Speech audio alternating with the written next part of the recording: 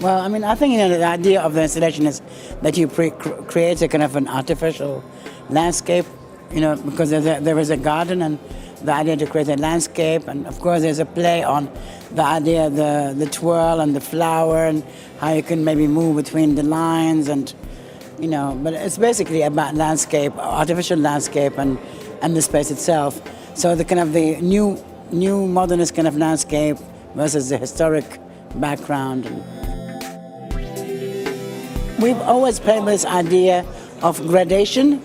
When all our work and drawings, and this idea of gradation, and how also in the early paintings, how that idea of gradation and contrast affected the way we lit buildings. The relief model is based on a space in the building, and so you reverse it, you make a relief model as an installation. And the idea that every time you move around it, the change of the light could also change, but also the object itself changes from light to dark. So you have two plays at the same time.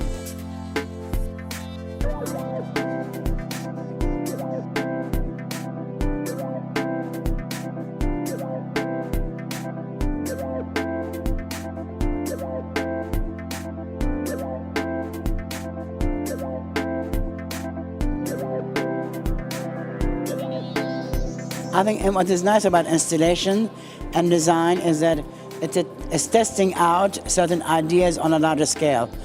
Because they are done, you can do them much quicker, they're more immediate, you can do it in a few months, and it's like doing a very large scale model.